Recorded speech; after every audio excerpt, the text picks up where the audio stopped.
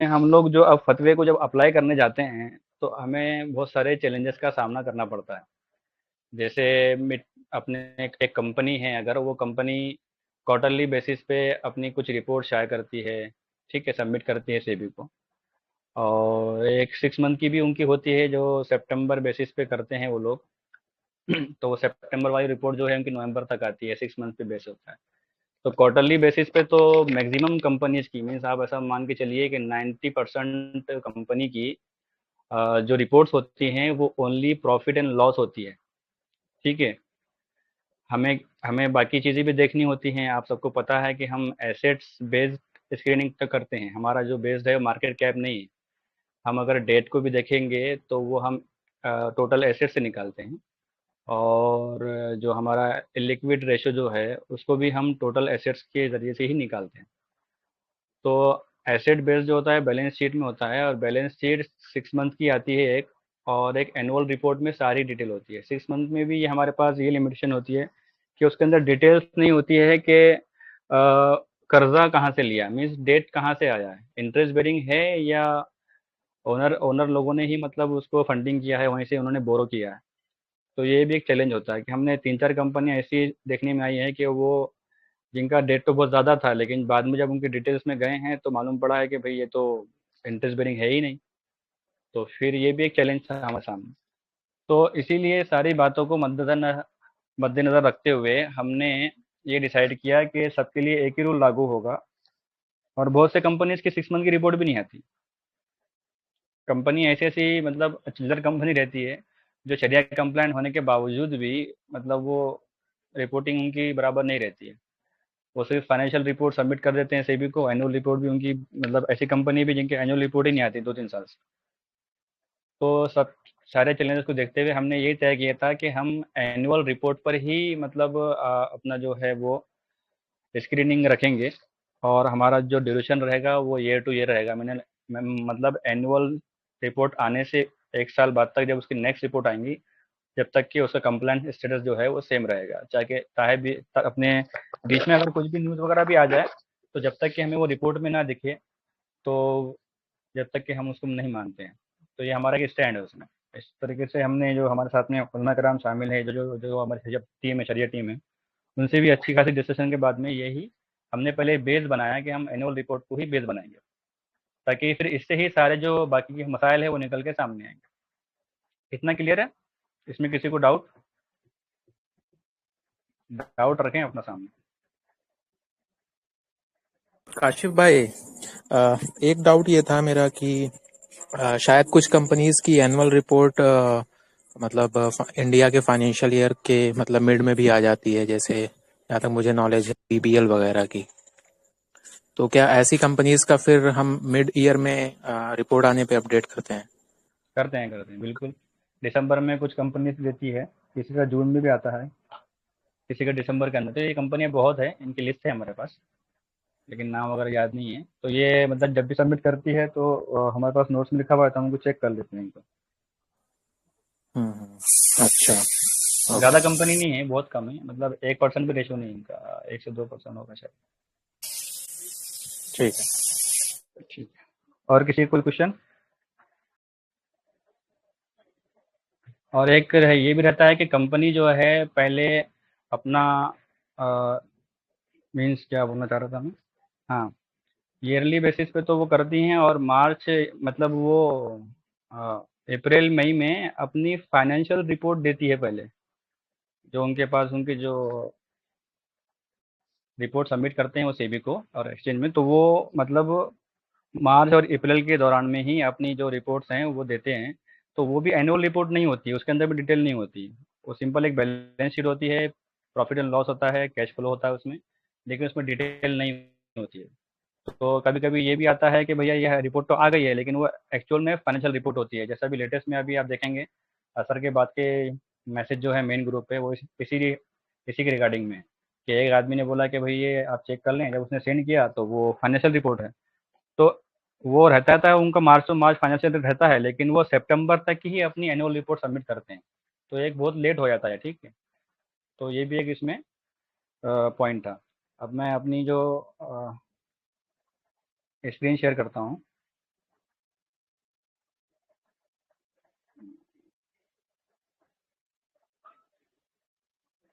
Screen visible है मेरी?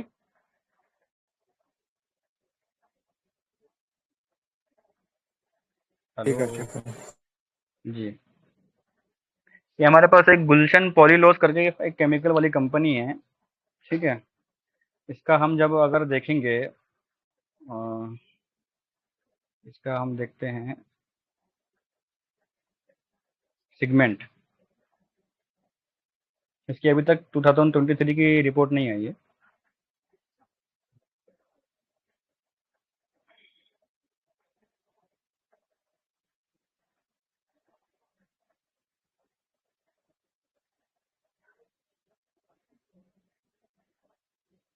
देखिए, दिख रहा है सबको? क्या थोड़ा और जूम जूम इन करो? इसका जो सेगमेंट रिपोर्टिंग है, आप देखिए यहाँ पर ये मिनरल प्रोसेसिंग है, ग्रेन प्रोसेसिंग है, डिस्टिलरी है और टोटल है, ठीक है? 2021, 2022 दोनों ही यहाँ पर आपको दिख रहा होगा। अब यहाँ पर आप डिस्टिलरी देखेंगे, जब इसको आप टोटल रेवेन्यू से करेंगे, कैलकुलेट करेंगे, तो ये आई थिंक 18 to 90 तक आएगा, ये फीसद तक आएगा। एक बार चेक कर लें तो इसको कोई,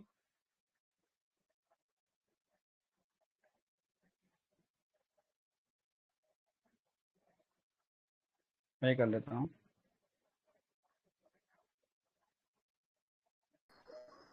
अस्सलाम वालेकुम। वालेकुम अस्सलाम। किसका बता रहे हो? डाटा गुलशन एक्सपर्ट पॉली, आ गए अपने। हाँ ये हमारे डाटा एक्सपर्ट हैं। अरे मैं पूछ रहा किसका बता रहे हो? हाँ, एक मिनट, टोटल रेवेन्यू कहाँ है मतलब इसका? कौन से? ये है ना, गुलशन पॉली।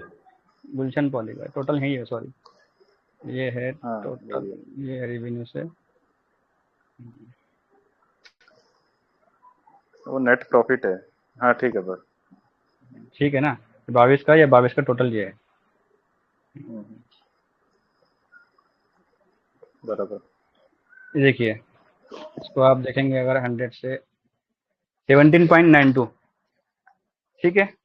तो अब डिस्टिलरी से इसको 17.92 दिख रहा है, तो ये तो फेल हो गई। हमको तो 5% चाहिए, है ना? लेकिन अगर हम इसके और नोट्स में जाएंगे तो अ,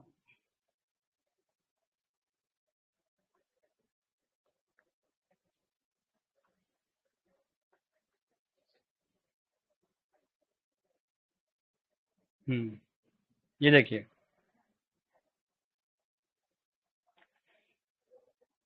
इसके अगर मैन्युफैक्चरिंग गुड्स के हम सेल देखेंगे, तो यहाँ पर सेल अपने गुड्स के हिसाब से यहाँ पर उसकी सेल दिखाई गई है। तो ये चेक कीजिए एक बार, लिक्वर से जो है ना, उसको इतना आ रहा है, और ये जो इथेनॉल है, इससे इतना आ रहा है। तो ये इथेनॉल, इसकी इसमें लिखा हुआ है कि ये पेट्रोलियम के लिए यूज़ होता है। आप अगर इथेनॉल करके सर्च करेंगे, मैं दिखा दूंगा आपको बाद में। तो यहाँ से अगर आप इसको चेक करेंगे, तो इसका जो, इसको हम अगर टोटल रेवेन्यू से देखते हैं,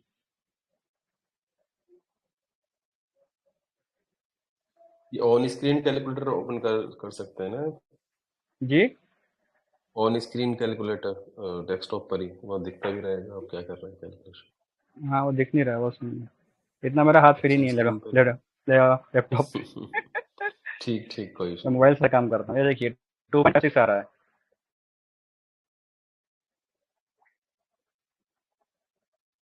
ठीक है? अब अगर हम इथेनॉल को चेक करेंगे, तो आपको इसमें दिखाई देगा कि ये क्या करती है एक्चुअल में।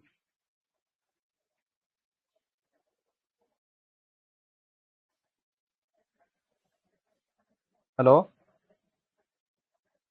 हाँ हेलो, आ रही है आपकी आवाज़, आपको ही नहीं आ रही शायद। नहीं, असल में मुझे नहीं आ रही थी आवाज़, इसलिए मैं देख रहा हूँ। ये देखिए, इसने यहाँ पर लिखा है पूरा अपना, इसमें बहुत सारा आ ऐसे रही है, आवाज आ मतलब रही ये है। लिखा हुआ है। जी जी जी। ये अपना जो एथेनॉल देता है, ये पेट्रोलियम कंपनी को देता है, उसके अंदर मिक्सर करने के लिए, ठीक है? ये पूरा उसी के बारे में लिखा हुआ है सब ये, ठीक है? अब हम इसको देखेंगे अगर क्वार्टरली बेसिस पे, एनुअल तो आपको समझ में आ गया होगा। अब हम इसको क्वार्टरली बेसिस पे देखेंगे। देखिए मार्च 23 या कुछ भी है, आप इसको ओपन कर लें। दिख रही है स्क्रीन? काशिफ भाई, जैसे अभी आपने बताया कि एथेनॉल मतलब पेट्रोलियम ब्लेंडिंग में इसको यूज कर रहे हैं, तो ऐसा जी भी हमें मतलब जरूरी होगा क्या कि हो सकता है कुछ पेट्रोलियम कंपनीज को बेचते हों और कुछ मतलब लिकर के लिए भी यूज होता हो, ऐसा पॉसिबल है क्या? हाँ, तो वो तो लिखा ना उसने 3% यूज हो रहा है करके। नहीं, मतलब एथेनॉल जो बेच रहे हैं वो क्या, मतलब लिकर का तो उन्होंने अलग लिख दिया था कि लिकर में इतना हाँ। रेवेन्यू हो रहा है, लेकिन एथेनॉल हम्म, वाला जैसे सेगमेंट है तो उसमें जी सारा का सारा पेट्रोलियम कंपनीज को ही जा रहा है, ऐसा पॉइंट लिखा हुआ है क्या? जी जी, लिखा लिखा है उसमें। पॉइंट देखने के बाद ही हमने फिर उसके बाद बाद में चेक किए थे उसको, कि पहले हमको नहीं दिखा था। एक्चुअली पॉइंट कहाँ पर है वो ढूंढने में मुझे टाइम लग जाएगा, मैं लगे तो उसका स्क्रीनशॉट लेके भेज दूंगा। ये 2 लाइन का उसने नोट्स लिख के दिया था उसमें, एनुअल रिपोर्ट्स में। ये देखो हम यहाँ पर देख रहे हैं ना, यहाँ पर सेगमेंट रेवेन्यू दिया है। हेलो। हाँ जी। जी, अब दिख रही है। ठीक है। अब हम ये अभी इसने मार्च 23 यहाँ पे चेक करेगा यहाँ पर, तो मैंने यहाँ से लिया हूँ ये मार्च 23 का जो इसने दिया है हमको, तो यहाँ से मैंने डायरेक्ट इसकी रिपोर्ट ओपन किया, ये चेक किया सेगमेंट रेवेन्यू, आप देखिए इसका। ठीक है,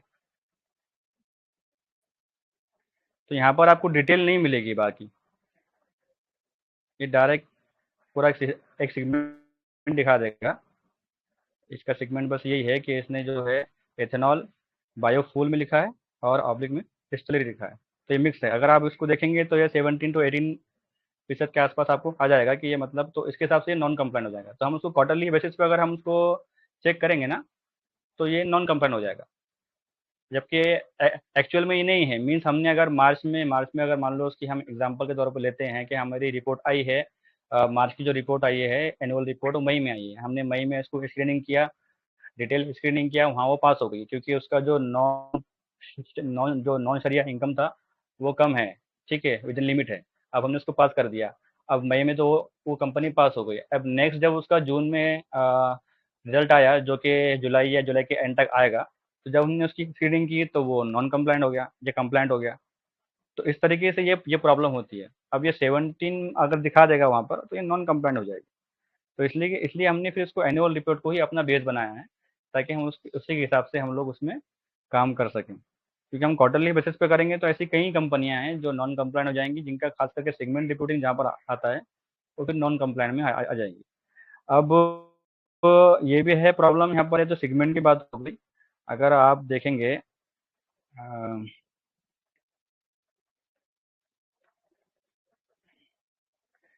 ये रेवेन्यू फ्रॉम ऑपरेशन तो ठीक है। अब जिस कंपनी में मान लो सेगमेंट रिपोर्टिंग नहीं है और उसका पूरा जो कारोबार है वो सही है, तो ये तो हम मान के चल सकते हैं कि ये सही है, ठीक है। लेकिन अदर इनकम में क्या है, अदर इनकम कभी कम हो सकती है, कभी ज़्यादा हो सकती है, ठीक है। अदर इनकम की आप अगर नोट्स देखेंगे तो यहाँ नोट्स आपको नहीं मिलेंगी, ठीक है। और इसी तरीके से आप अगर एनुअल रिपोर्ट देखेंगे इसकी,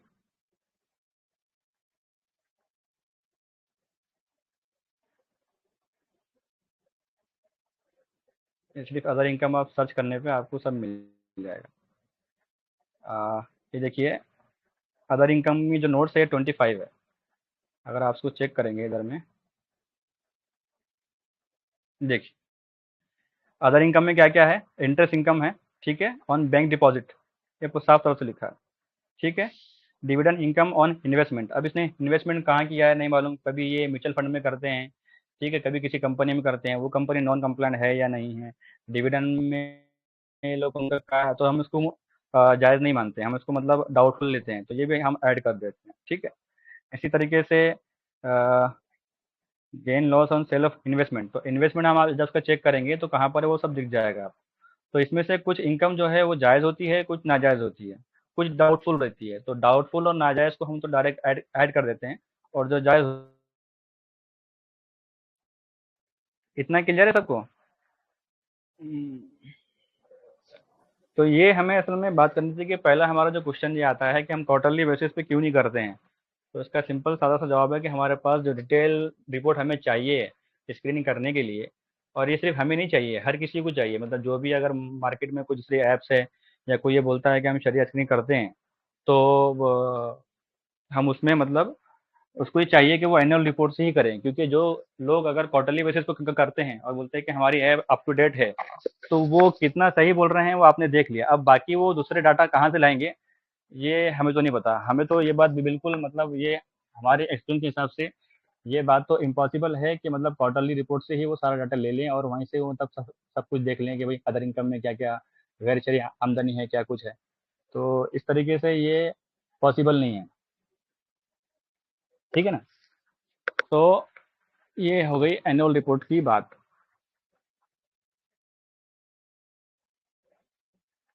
और अगर हम इसमें चेक करें कि हमारे सामने कुछ ऐप्स के नाम लिए जाते हैं कि भाई डेली अपडेट होती है या फिर इसको मतलब अप टू डेट रखा जाता है, और हमारी जो ऐप है वो अप टू डेट नहीं है, साल में ही उसमें होता है, और लोग बोलते हैं कि भाई 2023 का सितंबर आ गया अभी तक अपडेट नहीं हुई। तो अपडेट इसलिए नहीं हुई क्योंकि एनुअल रिपोर्ट नहीं आई।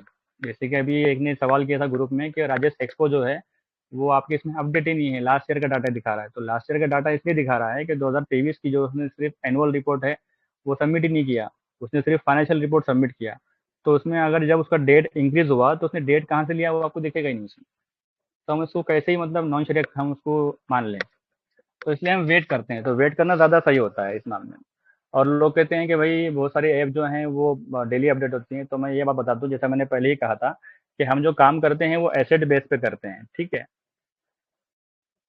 एसेट बेस पे करते हैं, और दूसरी जो ऐप काम कर रही है वो हो सकता है कि मार्केट कैप पे काम करें, ठीक है। मार्केट कैप का वो क्या करते हैं, एवरेज लेते हैं, कोई 12 महीने का लेता है, कोई 24 महीने का लेता है, कोई 36 का लेता है। तो वो इतने मंथ का एवरेज लेते हैं। तो वो एवरेज क्या है, अगर किसी दिन किसी कंपनी को मीन्स अगर 5% सर्किट लग गया, 20% सर्किट लग गया, या मान लो कोई एक हफ्ते में या 2 हफ्तों में मीन्स वो 60% 30% ऐसे स्टॉक हैं हमारे पास जो भाग जाते हैं इतना। तो अगर वो कट टू कट अगर मामला हो उनका अगर स्क्रीनिंग के रिगार्डिंग में, तो अगर वो इतना कुछ अगर रन दे दें या गिर जाएं, इस तरीके से अदानी वदानी गिरा था या छोटे कंपनी गिर जाएं, तो इनके कंप्लायंस स्टेटस पे फर्क हो सकता है, क्योंकि मार्केट कैप का एवरेज ले रहे हैं। तो अगर वो एक ही दिन में एक ही महीने में इतना कुछ गिर जाए तो वो तो नॉन कंप्लायंट हो जाएगा। तो सिर्फ प्राइस गिरने से वो नॉन कंप्लायंट हो जाता है।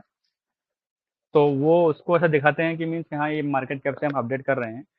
तो मार्केट कैप ही अपडेट होता है, बाकी रिमेनिंग जो होती है मीन्स अगर मान लो कि डेट जो है वो डेट अपडेट नहीं हो रहा उसमें, गैर शरई आमदनी जो है, नॉन शरई इनकम जो है वो उसमें अपडेट नहीं हो रहा है, इलिक्विड का जो रेशो है वो अपडेट नहीं हो रहा, उसमें सिर्फ एक मार्केट कैप ही आपका अपडेट होता जा रहा है। उससे ऐसा हमको लगता है कि भाई हाँ ऐप जो है वो अप टू डेट है। तो ये सवाल आपको ग्रुप में हमेशा दिखेंगे, और हो सकता है ऑफलाइन के अंदर आप मतलब इस्लामिक स्टॉक से जुड़े हैं तो लोग बात करते हो, आपसे पूछते हो, अगर आप उनको सजेशन होता होगा आपके, आप भैया आप ये यूज़ करें, तो आपके सामने ये क्वेश्चंस आते रहेंगे। तो हम क्या करते हैं, ये इसके रिगार्डिंग हमें मतलब मामला पूरा क्लियर होना चाहिए। जी। काशिफ भाई फिर से बोलिए ना, एक बार समझ में नहीं आया कैसे कहाँ अपडेट से भाई? करते हो। ये जो आपने बोला ना, मार्केट के वाला? हाँ हाँ। जी जी। असल में देखो कुछ नॉर्मल कुछ कॉमन बातें हैं बाकी दूसरी ऐप्स में और हमारे इसमें, कि हम भी डेट चेक करते हैं और नॉन शरिया इनकम चेक करते हैं, ठीक है। अब ये हम लोग चेक करते हैं तो हमारे पास तो कंपनी जो डाटा दे रही है हमको वही देखना है। हम तो ऐसे न्यूज़ पे से या कहीं से और कुछ अदर सोर्सेज से तो हम ये मतलब डाटा नहीं निकाल सकते ना। जो कंपनी शो करेगी ऑडिटेड रिपोर्ट में, तो वही हमको चेक करना है। अब ये तो अब वो क्वार्टरली बेसिस पे करेंगे, तो क्वार्टरली बेसिस का क्या होता है वो तो हमने अभी देख लिया।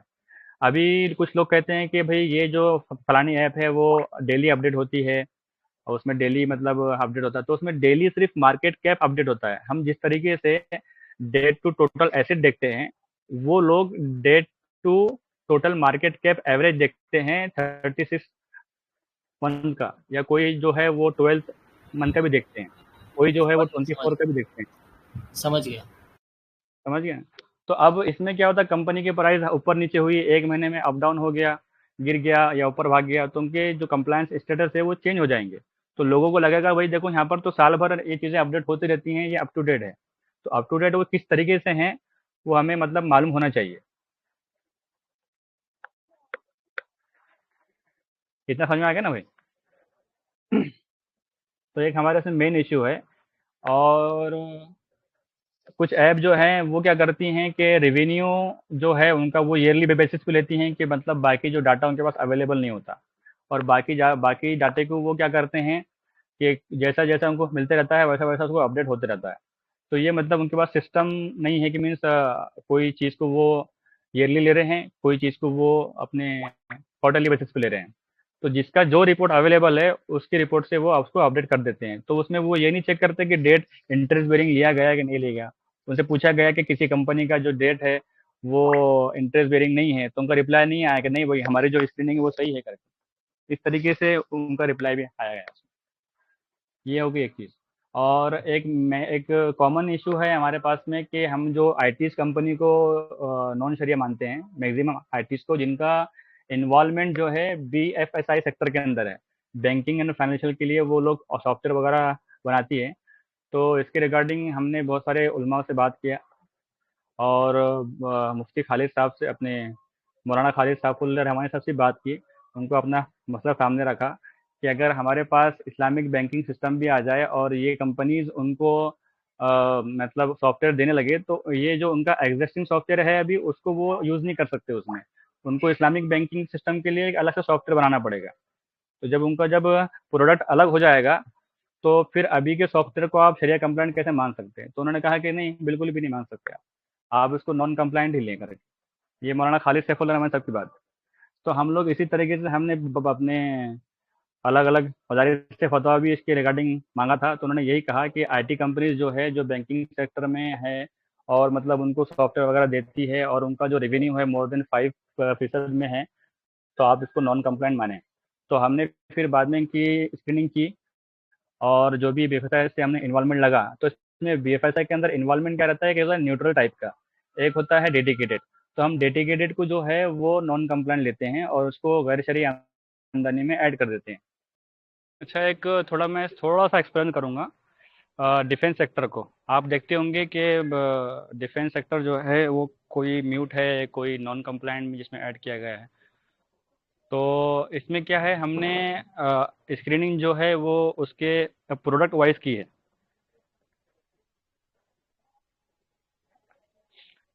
प्रोडक्ट वाइज मीन्स मतलब जो ऐसे प्रोडक्ट जो मास डिस्ट्रक्शन के अंदर यूज़ हो रहे हैं, किसी भी तरीके से डायरेक्टली इन्वॉल्वमेंट है उनका, तो उसको हमने as a non compliant consider किया है। और तो इसमें भी दो चीज़ें हैं जो कि थोड़ा आपको कंफ्यूज कर सकती हैं। तो प्रोडक्ट वाइज जब हमने उसको कंसिडर किया है, तो जब उनका अगर रेवेन्यू हमको अगर मिला है उसमें एग्जैक्टली, तो हमने उसको ऐड कर दिया है। नहीं मिला है और हमको लग रहा है कि वो ये 5% से ज़्यादा है उसका ये मतलब जो रेवेन्यू है, तो उसमें हम म्यूट हो गए हैं। और हम म्यूट भी, ये भी हम, हाँ, म्यूट वाला भी एक पॉइंट जो है, हम म्यूट के हमारे कुछ रीजंस हैं। म्यूट से हम जैसा मान लो कि नॉन कंप्लायंट जगह पे उनका अगर एक्टिविटी है और उनका रेवेन्यू अगर वहाँ से हमें इजीली अवेलेबल है, तो वो हम लोग कंसिडर करके मतलब उसको ऐड कर देते हैं सेकंड रूल में। लेकिन वो अगर अवेलेबल नहीं है और हमें ये डाउट है कि ये 5% से ज़्यादा हो सकता है, तो फिर हम उसको म्यूट कर देते हैं। और हमें ये लगता है कि भाई ये मतलब 5% से कहीं ज़्यादा होगा, तो फिर हम उसको रेड भी कर देते हैं कई बार, उसकी मतलब डिटेल रिपोर्ट मालूम करने के बाद भी। तो जहाँ पर भी अब वो हो सकता है, वो बीएफएसआई सेक्टर हो या उसका इन्वॉल्वमेंट डिफेंस में हो या अदर कोई हो, या फिर किसी ऐसी कंपनी को वो अपनी सर्विस दे रहा हो जो गैर शरई कामों में इन्वॉल्वमेंट हो, जिसका मान लो कोई शराब बनाता हो तो उसके शराब बनाने के चक्कर में मतलब कुछ उनको दे रहा हो इक्विपमेंट वगैरह, हो सकता है उसका जो प्रोडक्ट हो वो तो जायज़ हो लेकिन वो उनको हेल्प कर रहा हो। तो अगर वो माविन है, उनको हेल्प कर रहा है गुनाह के कामों में, तो भी हम उसको हम लेते कंसिडर होता है हमारे इसके अंदर। तो जहाँ हमें रेवेन्यू नहीं मिल पाता है, जहाँ मतलब हम डाउट में रहते हैं कि भाई ये विदिन लिमिट होगा कि नहीं होगा, तो वहाँ पर हम उसको म्यूट कर देते हैं। क्लियर है? तो ये थी हमारी कहानी, हमारी ही ज़ुबानी।